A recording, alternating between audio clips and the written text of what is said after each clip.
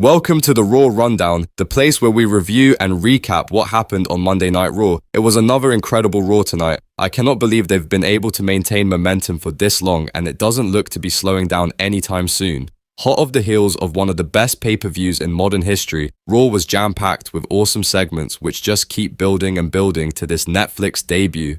We had the promo between Punk, Drew and Rollins. Gunther versus Randy Orton was made official for Bash at Berlin. Shaemus and Ludwig put on another banger. The Judgement Day have officially split, and Damian was not happy. The Wyatt Six made their in-ring debut. Odyssey Jones made his Raw debut, and Seth Rollins was obliterated by Bronson Reed. Let's do this.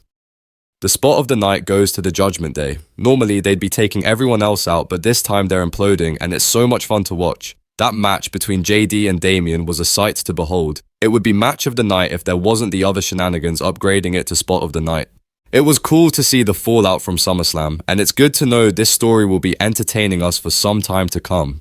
Because they built up the faction so well, the whole implosion presents a wealth of storylines to dip into. Bet Edge is wishing he never left.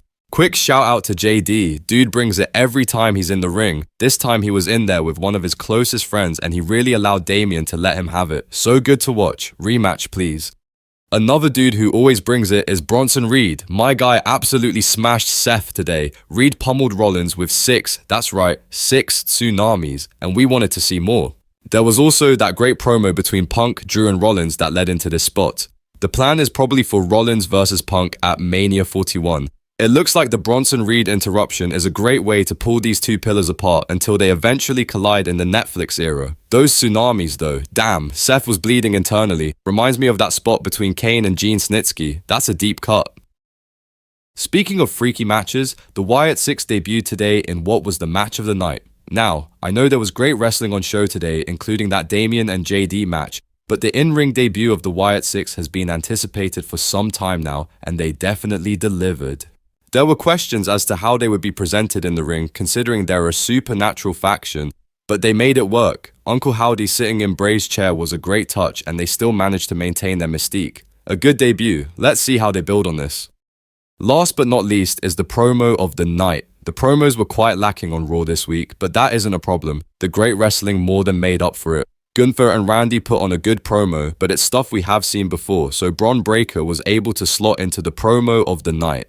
It was a short promo, but he really made an impression with the time he was given and set the scene for his IC title reign going forward. Since it's only been 3 years since he started in the company and he's already won the IC title, I think it's safe to say they will strap the rocket to him, nepotism aside.